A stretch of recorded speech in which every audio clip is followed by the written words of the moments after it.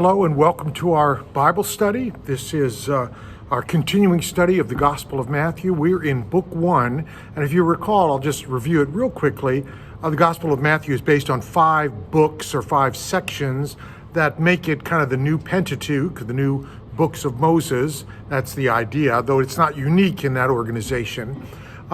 There's an introductory section that includes the genealogy and the birth narratives, and then there are 5 books, each one that begins with a narrative depicting activities of Jesus, and then there's an extended teaching section, and so in Book 1, that teaching section, we know it as the Sermon on the Mount, and what I'm finding, I probably shouldn't be surprised, but I am, it's so rich in material that we can only move so fast through it. So we are on part 4 of this study of the Gospel of Matthew, and our third part in Book 1, and I think it'll take at least one more section on Book 1 before we can move to Book 2. So today, we've done the Beatitudes, and now we are in chapter 5, verse 3 to 16. I'll just read a little bit of the text and then a little bit of unpacking of that text.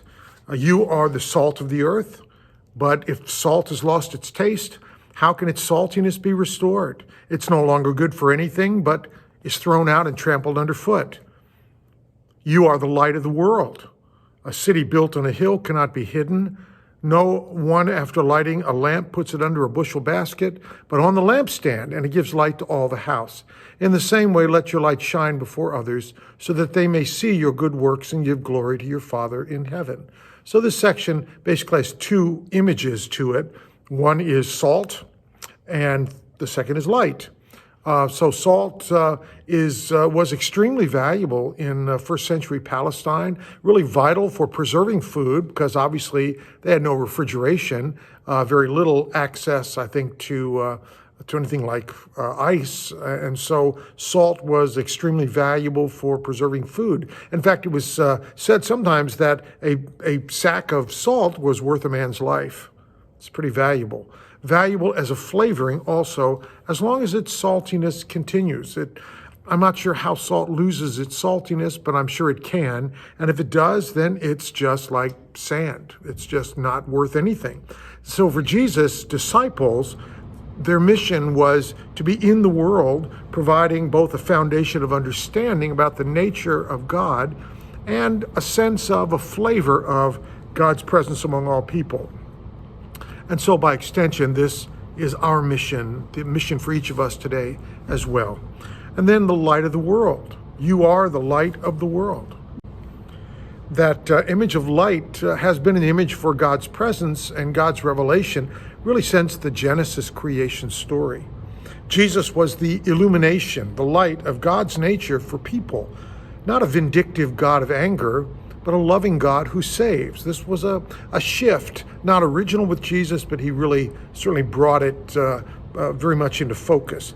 Light is not so much to be seen as to show the way.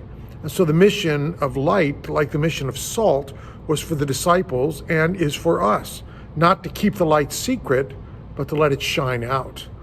Not a directive to show off our religious credentials, but to let the nature and love of God shine through us and to others with as little of our own ego in the way as possible. And yet, salt and light are very active, and they are meant to be seen, to be tasted. And so our task as people of faith is not to hold it to ourselves, but to share it with others. Going on in Matthew 5, verses 17 to 20, Jesus begins to reinterpret the law, and by the law, of course, the law of Moses. He says, "Do not think I have come to abolish the law or the prophets.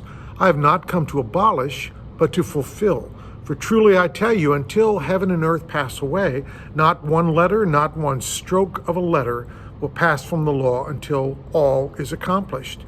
Therefore, whoever breaks the least of these commandments," and again he's talking about the commandments of Moses, "the least of these commandments and teaches others to do the same will be called least in the kingdom of heaven. But whoever does them and teaches them will be called great in the kingdom of heaven. For I tell you, unless your righteousness exceeds that of the scribes and Pharisees, you will never enter the kingdom of heaven. And you'll recall Jesus said essentially that same thing about how much more difficult it is for a rich man to enter the kingdom of heaven than even for a camel to go through the eye of a needle. The Beatitudes are sometimes seen as the new commandments. And so Jesus clarifies his relationship with the law of Moses, not superseding it, or at least not abolishing it and eradicating it, but fulfilling it. So in a sense, yes, it does supersede it. He uses hyperbole. Not one iota, not one dot will pass from the law. Not the smallest piece, like in our alphabet, not the dot of an I, not the cross of a T. Every bit, nothing, not even those little pieces will pass from the law. Jesus was conserving the law. So in this sense, he was conservative. He was conserving the law because his own faith flowed directly from the Old Testament. And Matthew's gospel quotes the Old Testament often. A faith cannot renounce its roots. And at the same time, Jesus showed that there must be new growth in the law. Law cannot live without constant reinterpretation and enlargement. For Jesus, what mattered was the law's deeper meaning, what it really meant. Not only the deeper meaning, but an enlarged commitment, greater than that of the religious leaders who would tend to pronounce the law, but not fulfill it, not live it in their lives. A faith that is much more than literal words, a faith that consumes all our lives. And now continuing in chapter 5 of Matthew, verses 21 to 26, you have heard that it was said, and this is where Jesus begins his reinterpretation of the law. He always says, you have heard it was said, but I tell you. So the first of these, you have heard that it was said of those of ancient times, you shall not murder. Whoever murders will be liable to judgment. But I say to you that if you are angry with a brother or sister, you will be liable for judgment.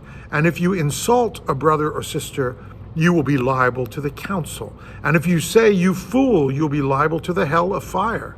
So when you're offering your gift at the altar, if you remember that your brother or sister has something against you, leave your gift there before the altar and first be reconciled to your brother or sister, and then come and offer your gift.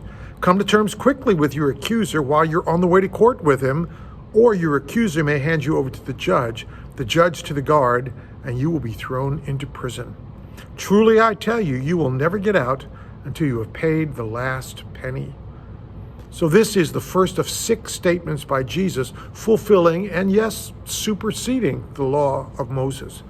The first law is murder, which can also include strife and contempt. These commandments are found in Exodus 20:13 and Deuteronomy 5:17. In Moses' law, only the extreme actions are condemned, but for Jesus, all the motive that leads to those actions is also condemned. Contempt for another person is a capital crime for Jesus. He says, if you're angry, you'll be liable to judgment. If you insult a brother or sister, you'll be liable to the council, or like the jury. And if you say, you fool, you'll be liable to hellfire. I don't think those are 3 separate things, but it's increasing, intensifying of how you treat others and how that judgment really does come back on you. Ultimately, just restate that contempt for another person is a capital crime for Jesus. Look at social media today, where there is such hatred expressed, and it's often expressed anonymously. Ultimately, this venom destroys the one who expressed it, but it can cause great harm on those to whom it is directed as well. Contempt and anger that is nurtured can corrode the oneness we have in God. So our prayers need to focus on confessing our own grievances and bitterness rather than pouring them out on others. The whole idea of the gospel is to look inward, to recognize these things in ourselves, to confess them so that we might be open to newness of life. The dangers we see in so much social media these days is how things can be said virtually anonymously and that are terrible, or they can be said without personal presence, without a sense of ownership. And that is something that has to change, and looks like maybe gradually it is. In Matthew 5, verses 27 to 32, it begins, you have heard that it was said, you shall not commit adultery. But I say to you, everyone who looks at a woman with lust has already committed adultery with her in his heart. If your right eye causes you to sin, tear it out and throw it away. It is better for you to lose one of your members than for your whole body to be thrown into hell. And if your right hand causes you to sin, cut it off, throw it away. It's better for you to lose one of your members than for your whole body to go into hell. It was also said, whoever divorces his wife, let him give her a certificate of divorce. But I say to you that anyone who divorces his wife, except on the grounds of unchastity, unfaithfulness, causes her to commit adultery, and whoever marries a divorced woman commits adultery. This is, so much of what Jesus has to say about these topics of sexuality and adultery in his gospel right here. The second, then, fulfillment, superseding of the law of Moses had to do with that commandment, thou shalt not commit adultery. It reflects the sixth beatitude about purity of heart, which is also purity of mind and motive, with an extreme emphasis on purity and chastity as Christ-like virtues. This interpretation is not intended, I believe, to be repressive, as so often it's been in the past, but it's intended to enable each of us to relate intimately as full human beings, not using others to fulfill our desires or respecting other people as fully human, embracing them for who they are, not as something just to make us feel better. The third fulfillment and superseding is in terms of marriage. That's closely related here. It relates to the sanctity of marriage and family life, how important for both partners to be committed to the well-being of each other and of their children. And obviously this was a time in history in which the power of divorce lay almost completely with the man, with the husband, who could divorce his wife for almost any reason just by saying so. And the woman had no recourse and often was left to almost a destitute status. And so Jesus again is saying that the idea is that there must be a sense of mutuality, reciprocity within the marriage relationship, and that the goal is not divorce, but it's to continue to grow in that relationship. Continuing then, Jesus says again, you have heard it was said to those in ancient times, you shall not swear falsely, but carry out the vows you have made to the Lord. But I say to you, do not swear at all, either by heaven, for it's the throne of God, or by the earth, for it's his footstool, or by Jerusalem, for it is the city of the great king. And do not swear by your head, for you cannot make one hair white or black, at least not for very long. Let your word be yes, yes, or no, no. Anything more than that comes from the evil one. So this fourth fulfillment, superseding, deeper meaning of the law of Moses is in terms of taking an oath and being honest. And that's something we certainly have a tremendous lack of these days. In reaction to the splitting of hairs that is often what happens in a binding oath, we see this today in legal contracts, for which the smallest word can void was what was thought to be binding. Words can be misleading, and you think you're agreeing to something, you sign your name on something, only to find out it's completely different. And that is just undermining of trust. Evidently, an oath by heaven or earth or Jerusalem was not even legally binding in those days. And so deception does so much to break trust. So much better just to say yes or no and mean it. And Matthew 5:38-42, you have heard that it was said, an eye for an eye and a tooth for a tooth. But I say to you, do not resist an evildoer. If anyone strikes you on the right cheek, turn the other also. And if anyone wants to sue you and take your coat, give your cloak as well. And if anyone forces you to go 1 mile with him, go also the 2nd mile. Give to everyone who begs from you. Do not refuse anyone who wants to borrow from you. All the laws at the time of Jesus were based on the idea of retribution, that you give the same as you get. Commands about an eye for an eye were intended to cut down on clan violence. They were limited to retribution in kind. Ideally, this would have been more just, certainly, than killing someone for a relatively minor offense. And this here includes Jesus' active nonviolent resistance. This is some of the teaching that Gandhi gained from Jesus, and later on Martin Luther King Jr. gained from him. Active nonviolent resistance. Don't resist evil by seeking revenge, but use strategy to expose the evil for what it is, even if it means suffering.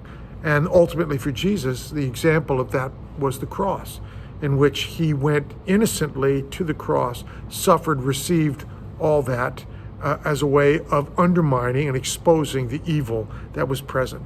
If someone strikes you on the right cheek, well, that blow was delivered backhanded as to a slave. To turn the other cheek would mean to force the assailant to strike you as his equal, and then he would be liable in the court.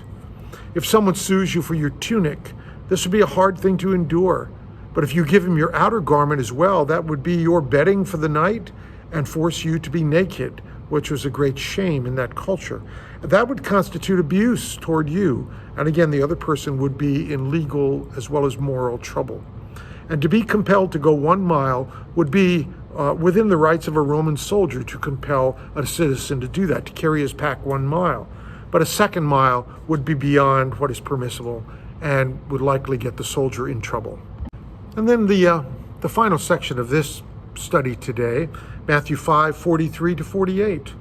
You've heard that it was said, you shall love your neighbor and hate your enemy. But I say to you, love your enemies and pray for those who persecute you, so that you may be children of your Father in heaven. For he makes the sun rise on the evil and on the good, and sends rain on the righteous and on the unrighteous. For if you love those who love you, what reward do you have? Do not even the tax collectors do the same? And if you greet only your brothers and sisters, what more are you doing than others? Do not even the Gentiles do the same? Be perfect, therefore, as your heavenly Father is perfect. So the 6th example of Jesus superseding the law is love your enemies. Love your neighbor is the ancient commandment, but the law does not say that you cannot hate your enemies. That's why Jesus' story of the Good Samaritan was so powerful and controversial. The Samaritan was a foreigner, an enemy just by birth. And yet the one who behaved as the neighbor, the one who fulfilled the command to love your neighbor as yourself, was this foreigner, this Samaritan. The word love meant several things in Jesus' day. It meant physical and aesthetic love. It meant love that binds together family and friends. And it meant the goodwill toward others in Christ. And that's the kind of love I think that Jesus meant here, the agape love. The word Father, which he often uses 17 times in the Sermon on the Mount, to do this way as your Father in heaven does. God, whose love is universal and unlimited, is our example. The change in heart that Jesus teaches means that all these new and deeper understandings of the law will flow from us. They'll happen virtually automatically as our hearts are changed. And this change of heart is not something just happens like that, which too often we think of. When we say born again, we think of just an instantaneous change in everything. But it's a change that happens through a gradual process of ongoing commitment, growth, reflection, prayer, failing, being forgiven, and resuming the journey. And this is what Jesus has in mind. It's not through sheer force of will, but it's through the change of our lives by the presence of God's Spirit in us and living out that presence. Thanks so much. We'll be back with chapter 6 next time.